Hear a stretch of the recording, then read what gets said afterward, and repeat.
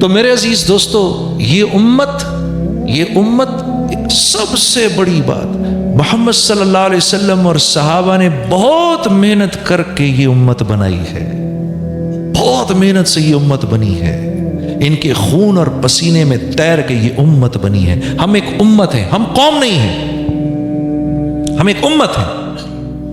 We are not a nation, we are an امہ، ہم امت ہیں۔ اور من حیث الامہ ہماری تعریف ہوئی بھی ہے قرآن کے اندر، من حیث الامہ۔ دوسری قوموں کا بھی تو ذکر ہے، ہاں تھوڑی دیر بیٹھنا، جانا نہیں، ابھی بہت دور سے آیا ہوں میں، ایسے نہیں چھوڑوں گا میں، ٹھیک ہے؟ آپ کو نعت بھی سناؤں گا انشاءاللہ۔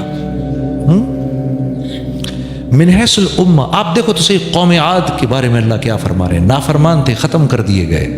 قوم سمود کے بارے میں دیکھو، نافرمان تھے ختم کر دیے گئے۔ قوم لوط کے بارے میں بے حیا تھے، ختم کر دیے گئے۔ قوم شعیب کے بارے میں معاملات میں بدمعاملگی کرتے تھے، ختم کر دیے گئے۔ جیسے ہی آپ کا ذکر آیا اللہ کا لہجہ بدل گیا، وہ سب ایسے تھے لیکن تم بہترین امت ہو، تم بہترین امت ہو۔ کیوں یا اللہ کیوں؟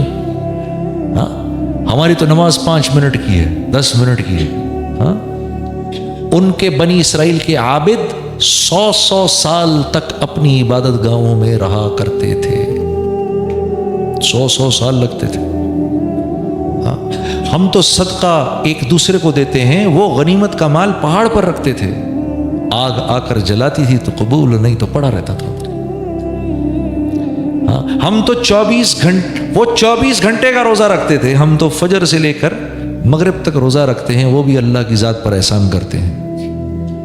ہاں ان کو 10% زکوٰۃ ان پر لگتی تھی، ہمیں 2.5% لگتی ہے۔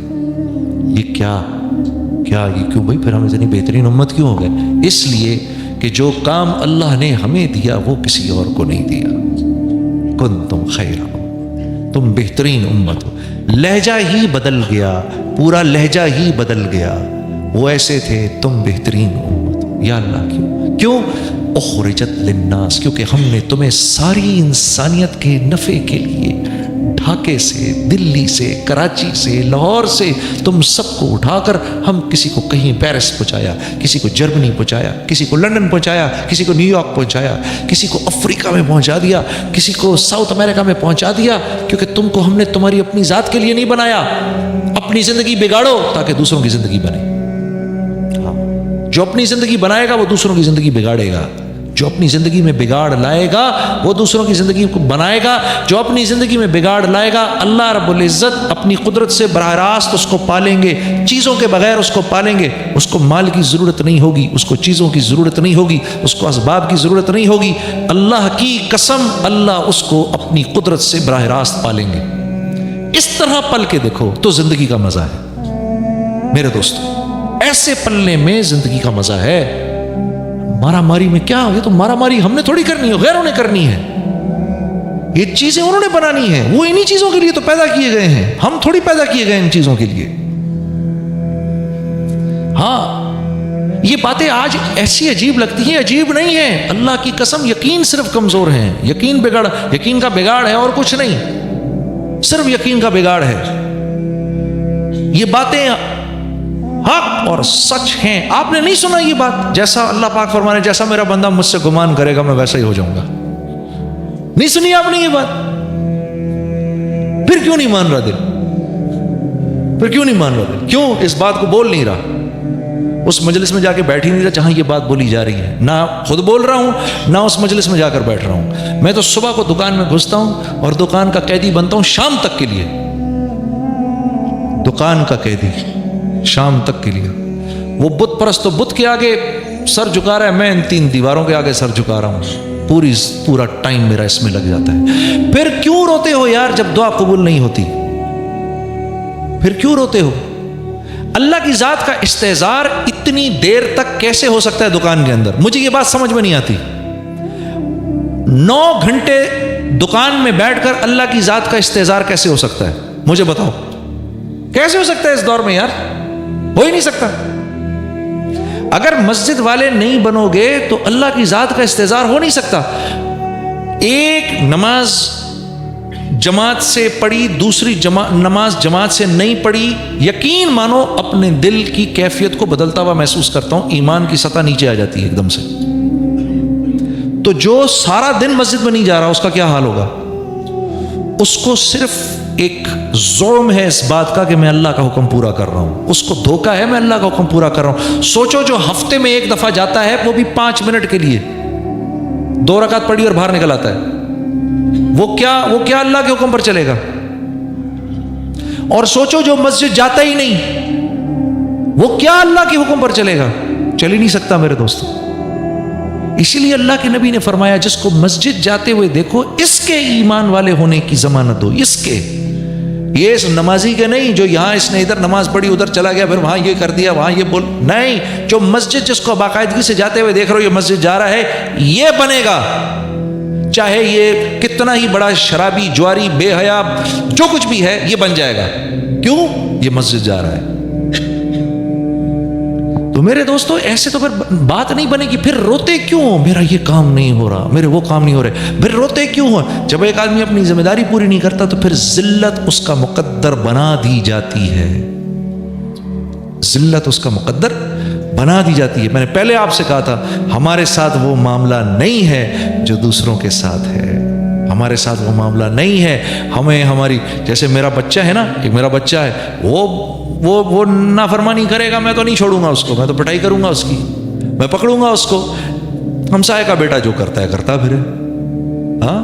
تو ہمارے ساتھ معاملہ اللہ کا وہ ہے، ہم ذرا دائیں بائیں ہوتی ہیں ایک چپت آتی ہے اوپر سے، اے خبردار ادھر نہیں جانا تم نے۔ پھر لوگ اگر کوئی یہ کہے کہ یار باپ بڑا سخت ہے، یار یہ تو بڑا سخت باپ ہے، یہ بات ٹھیک ہے؟ نہیں، اس کی سختی نے تو کل اس کے کام آنا ہے، اس کی سختی نے کل اس کے کام آنا ہے۔ یہی معاملہ اللہ کا اس امت کے ساتھ ہے۔ اللہ رب العزت نے ہمارے نبی صلی اللہ علیہ وسلم سے جاتے وقت یہ بات اللہ پاک نے ہمارے نبی کو ضمانت دی تھی کہ ہم آپ کے بعد آپ کی امت کو اکیلا نہیں چھوڑیں گے۔ ہمیں اللہ نے اکیلا نہیں چھوڑا۔ ہاں، اتنا کچھ جو ہم کرتے ہیں یقین کرو میرے دوستو، اتنی بے حیائی پر تو قوم لوط ختم کر دی گئی تھی، اتنی بدمعاملگی کے اوپر تو قوم شعیب ختم کر دی گئی تھی، اتنے تکبر پر تو قوم عاد ختم کر دی گئی تھی، ہاں، اتنی نافرمانی پہ تو قوم سمود ختم کر دی گئی تھی، ہاں، ختم کر دی گئی تھی۔ یہ لوگ اتنے تکبر پر تو آل فرعون مٹا دیے گئے تھے۔ ہمارے ساتھ وہ معاملہ نہیں ہے، ہاں، ہمارے ساتھ وہ معاملہ نہیں ہے، ہمارے ساتھ تو فضل ہی فضل کا معاملہ ہے، فضل ہی فضل کا معاملہ ہے۔ ہاں، یا عبادی الذین اسرفوا علی انفسہم لا تقنطوا من رحمت اللہ ان اللہ یغفر الذنوب جمیعا انہ هو الغفور الرحیم۔ اے میرے نافرمان، اے میرے وہ نافرمان جس نے اپنے گناہوں سے میرے سمندروں کو کڑوا کر دیا، جس نے اپنے گناہوں سے زمین اور آسمان کو میرے بھر دیا، تو جیسا بھی ہے میرا ہی بندہ ہے۔ یا عبادی، میرے بندے۔ ماں بھی نہیں کہتی نافرمان بیٹے کو اس طرح سے کہ میرے بیٹے کر بلاتی ہے، یا عبادی، تو کتنا ہی بڑا نافرمان کیوں نہیں، میرا ہی بندہ ہے۔ ہاں، ہم پٹھانوں کو کریڈٹ دیتے ہیں بڑی بہت زیادہ مہمان نوازی کا، بہت مہمان نواز ہیں، اس میں کوئی شک نہیں ہے، لیکن میں یہ بات ضرور اس میں ایڈ کروں گا کہ میں نے جو سندھ میں مہمان نوازی دیکھی، غریب غربا میں، انٹیریئر سندھ میں، یقین کرو وہ مہمان نوازی میں نے کہیں نہیں دیکھی۔ ہاں، ایسی مہمان نوازی نہیں دیکھی۔ وہ واقعی اتنے غریب ہوتے ہیں اپنے منہ کا نوالا نکال کے آپ کو کھلاتے ہیں۔ ہاں، اللہ نے پٹھانوں کے اندر رکھا ہے، مہمان نوازی مشہور ہے ان کی، لیکن واللہ یقین کرو میں تو حیران ہو گیا۔ ہاں، جو غیرت کا معاملہ ہے جو ہم نے بلوچستان میں دیکھا، واہ واہ واہ واہ واہ، ہاں، جو ہم نے جو دین پر نہیں آ رہا وہ ایک طرف، جو دین پر آ رہا ہے اس کی دینداری دیکھ کر ہم حیران رہ جاتے تھے، ارے واہ واہ واہ واہ، تو ہم کہتے تھے کتنا بڑا میدان ہے یار، یہاں میں کیوں نہیں جا رہا۔ 10 دن کی جماعت بنا کر میں اور بھائی سعید صاحب کوئٹہ گئے، پھر اس کے بعد 10 دن ہم نے کوئٹہ میں لگائے، پھر ہر لائن کا آدمی آ کے ہم سے ملا، ہر لائن کا آدمی آ کے ملا، اور بھائی پنجاب کے لوگوں تمہارے پاس تو رائے ونڈ ہے، خوش قسمت ہو تم، ہاں؟ جو کچھ سنا گیا اللہ پاک اس پر عمل کرنے والا اور آگے لوگوں تک پہنچانے والا بنائے۔ مزید اصلاحی بیانات کے لیے ہمارا یوٹیوب چینل بیوٹیفل بیان JJ کو سبسکرائب کریں اور ویڈیو کو لائک کریں۔ جزاک اللہ خیر۔